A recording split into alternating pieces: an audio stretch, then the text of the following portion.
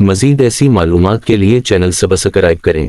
سلطان Bayazid Yildirim یلڈریم based سلطنت عثمانیہ کے چوتھے سلطان تھے۔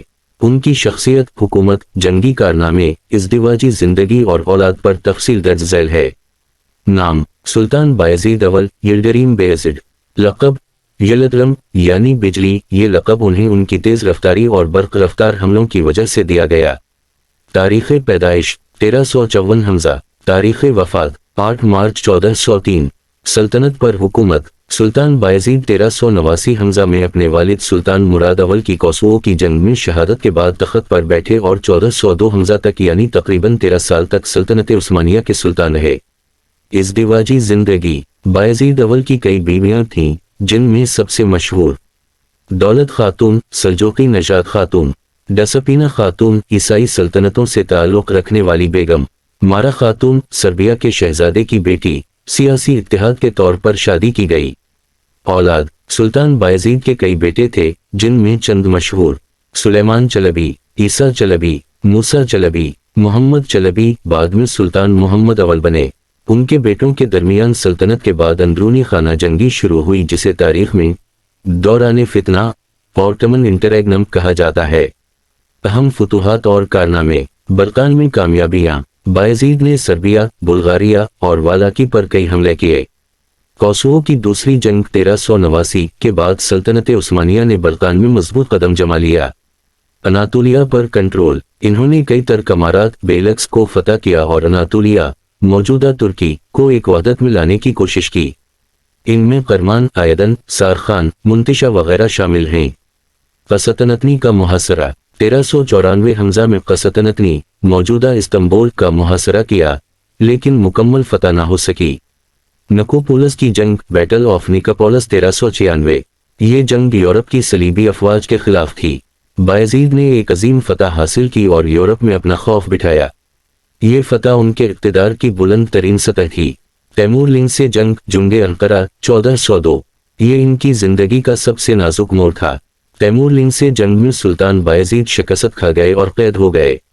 اسی قید میں ان کی وفات ہوئی۔ وفات: سلطان بایزید کی وفات 1403 ء میں تیمور کی قید میں ہوئی۔ بعض مورخین کے مطابق انہوں نے قید کی شرمندگی میں خودکشی کی، جبکہ دیگر کہتے ہیں کہ وہ بیماری سے وفات پا گئے۔ تاریخی اثرات: سلطنت کو وسعت دی، فوجی تنظیم مضبوط کی، اندرونی بغاوتوں کو کچلا۔ ان کی شکست کے بعد سلطنت تقریباً 11 سال تک خانہ جنگی میں مبتلا رہی۔ سرور آئیے سلطان بایزید یلدرم کی شخصیت، حکمت عملی، انتظامی اصلاحات اور شکست کے بعد کے اثرات پر مزید روشنی ڈالتے ہیں۔ سلطان بایزید یلدرم کی شخصیت اور حکمت عملی: 1. جنگی ذہانت اور سرعت: ان کا لقب یلدرم بجلی اس بات کا عکاس ہے کہ وہ نہایت تیزی سے فوجی کارروائی کرنے میں ماہر تھے۔ انہوں نے دشمنوں پر اچانک حملے اور برق رفتاری سے علاقوں کو فتح کرنے کی حکمت عملی اپنائی۔ 2. فوجی تنظیم: انہوں نے ینیچری جنیسریز کو مزید مضبوط کیا، عثمانی فوج میں گھوڑ سواروں کی تربیت میں اضافہ کیا۔ سلطنتی و انتظامی اصلاحات: 1. مرکزی حکومت کی مضبوطی: انہوں نے مقامی امیروں، بیلکوں کی خود مختاری ختم کر کے سلطنت کو مرکزیت دی۔ 2. اسلامی قوانین کا نفاذ: شرعی عدالتوں کو وسعت دی، قاضیوں اور علماء کا کردار بڑھایا۔ 3. مذہبی رواداری: اگرچہ وہ ایک مجاہد حکمران تھے، لیکن انہوں نے مفتوحہ عیسائی علاقوں میں مذہبی آزادی برقرار رکھی۔ جنگ انقرہ 1402 اور اس کے اثرات: تیمور لنگ کا حملہ: تیمور لنگ نے اناطولیہ پر چڑھائی کی اور سابقہ ترک ریاستوں کو بایزید کے خلاف ابھارا۔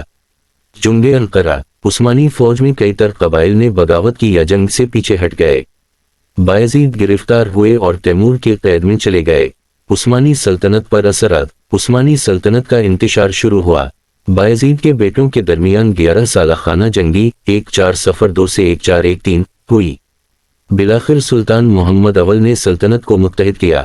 تاریخی اہمیت اور میراث: بایزید یلدرم کو تاریخ میں ایک عظیم جنگجو، بلند حوصلہ سلطان اور سلطنت عثمانیہ کے وسعت دہندہ کے طور پر یاد کیا جاتا ہے۔